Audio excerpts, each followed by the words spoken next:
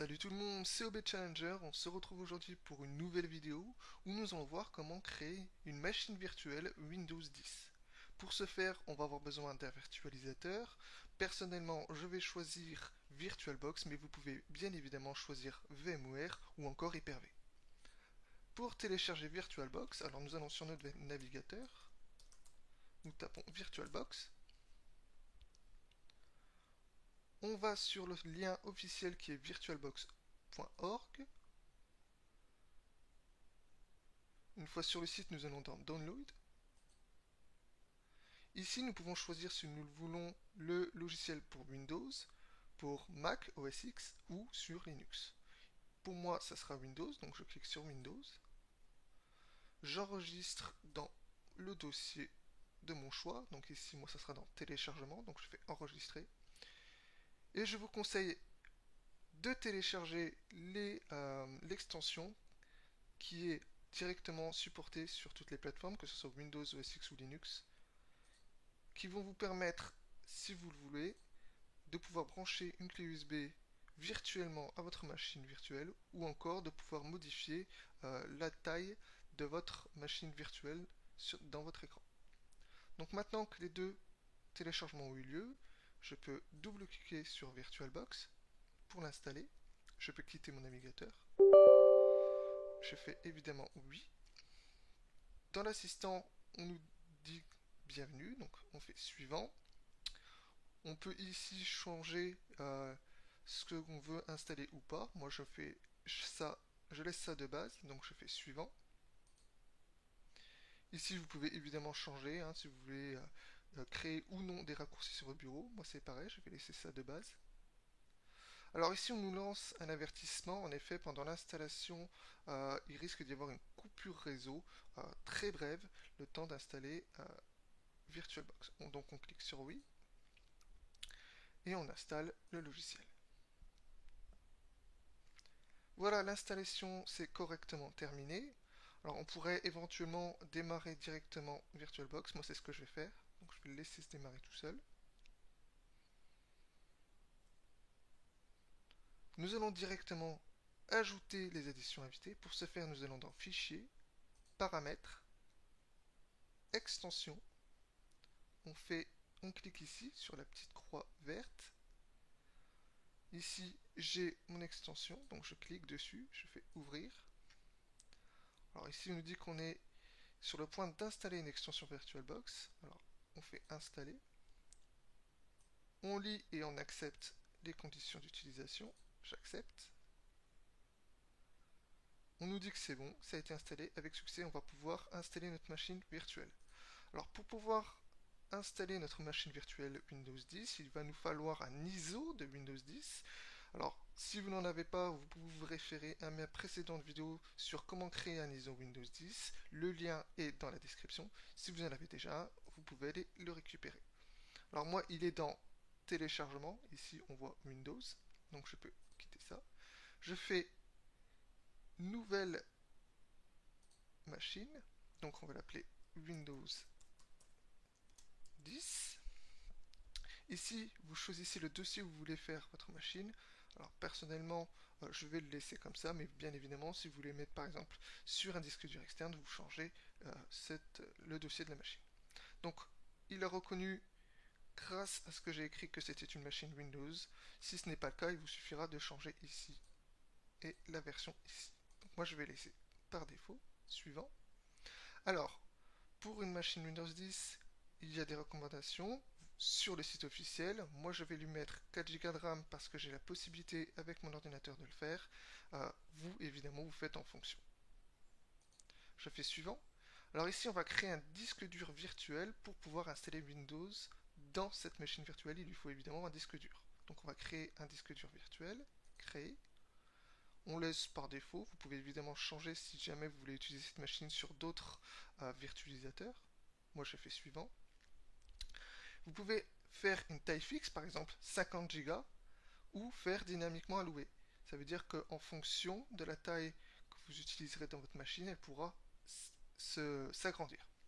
Donc moi je vais faire dynamiquement alloué, je fais suivant.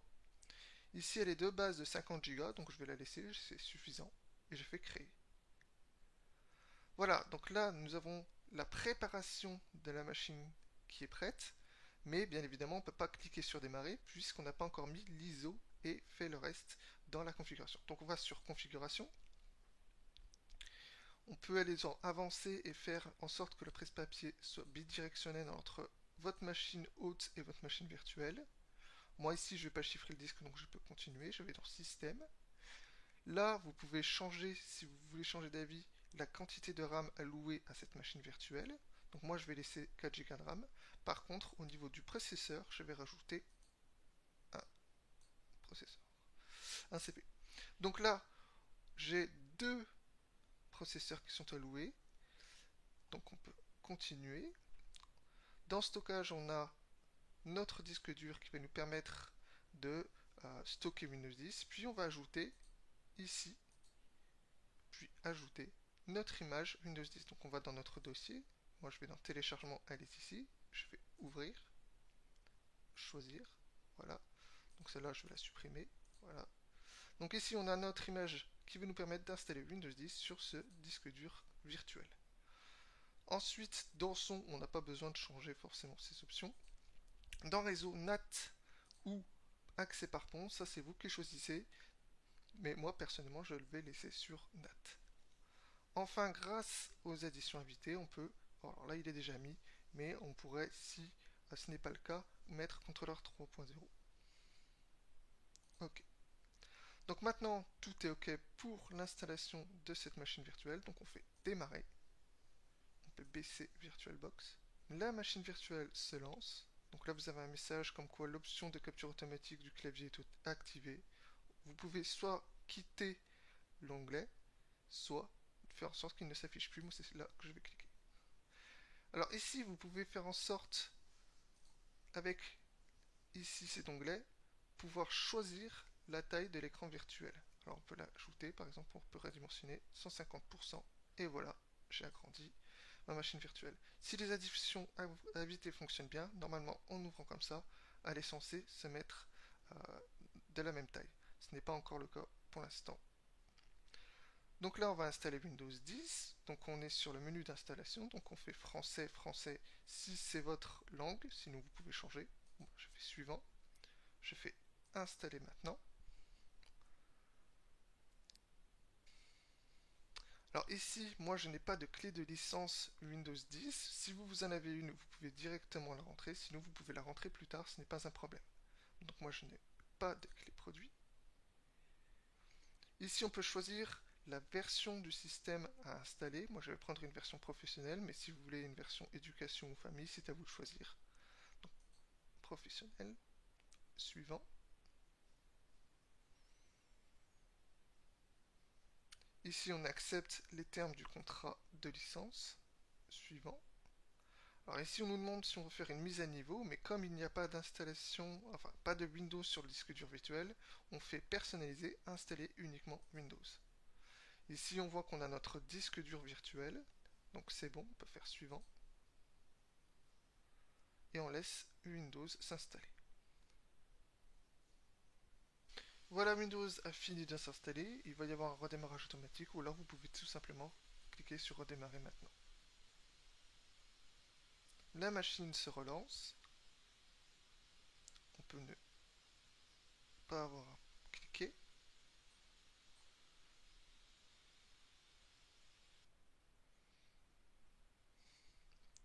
Une fois que Windows a fini de se lancer, on va pouvoir le configurer en fonction de nos besoins.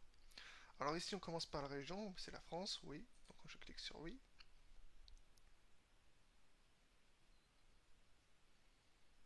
Est-ce la bonne disposition clavier français? Donc c'est bon pour moi. Vous changez évidemment en fonction de vos besoins. Est-ce que vous voulez ajouter une deuxième disposition? C'est à vous de voir. Personnellement, je n'en ai pas besoin, donc je fais sur ignorer.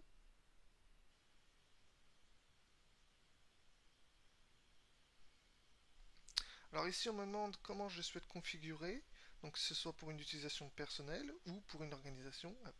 Donc moi personnellement, je vais la configurer pour une utilisation personnelle. Si vous souhaitez, par exemple, joindre cet ordinateur directement sur un serveur Windows, eh bien vous pouvez, si vous le voulez, configurer pour une organisation, sachant que dans tous les cas, vous pouvez ajouter ce système sur un Active Directory, par exemple, d'un serveur Windows plus tard, une fois que l'installation sera effectuée.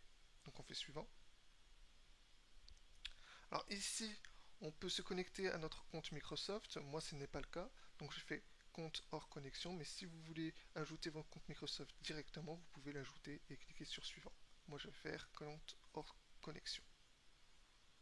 Alors ici, on nous redemande si on est certain de ce qu'on veut. Enfin, personnellement, comme j'ai choisi un compte hors connexion, je fais expérience limitée. Sinon, vous pouvez encore changer d'avis et vous connecter à votre compte Microsoft. Alors ici, vous choisissez le nom de la personne qui sera amenée à utiliser ce PC. Donc moi, je vais mettre OB. Je fais suivant. Vous choisissez un mot de passe. Alors vous pouvez ne pas mettre de mot de passe en fonction de ce que vous souhaitez. Ce n'est pas recommandé évidemment en termes de sécurité. Moi, je vais mettre un petit mot de passe. Si vous choisissez des mots de passe, on va vous mettre des questions de sécurité. Évidemment, si vous avez oublié vos mots de passe, celles-ci vous permettront de récupérer votre mot de passe. Alors moi, ça n'est jamais arrivé, donc je vais remettre OB. Mais évidemment, de votre côté, ce n'est pas une démarche vraiment à suivre. Vous mettez autre chose que ce que je mets moi. Moi, comme c'est une machine virtuelle qui est à type d'exemple, je n'ai pas besoin vraiment de mettre une sécurité accrue. Question 2, je vais mettre la même chose pour toutes les questions.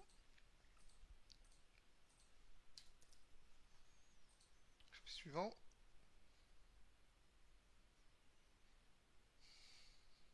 Alors vous choisissez en fonction. Moi, je n'autorise le moins possible, en tout cas, Microsoft à suivre ce qu'on fait sur nos machines. Bien évidemment, comme c'est une machine virtuelle, je pourrais évidemment mettre oui sur tout, mais je vais mettre non. Je mets là aussi localiser mon appareil sur non. Envoyer les données de base. Non plus. Non plus. Non plus. Alors ici, on peut personnaliser notre expérience avec en choisissant par exemple divertissement, jeu, etc. Moi, je fais ignorer. Je n'ai pas besoin de Cortana, donc je ne mets pas maintenant, mais une fois de plus, si vous en avez besoin ou que vous voulez l'utiliser, vous mettez accepter. Moi, je mets pas maintenant.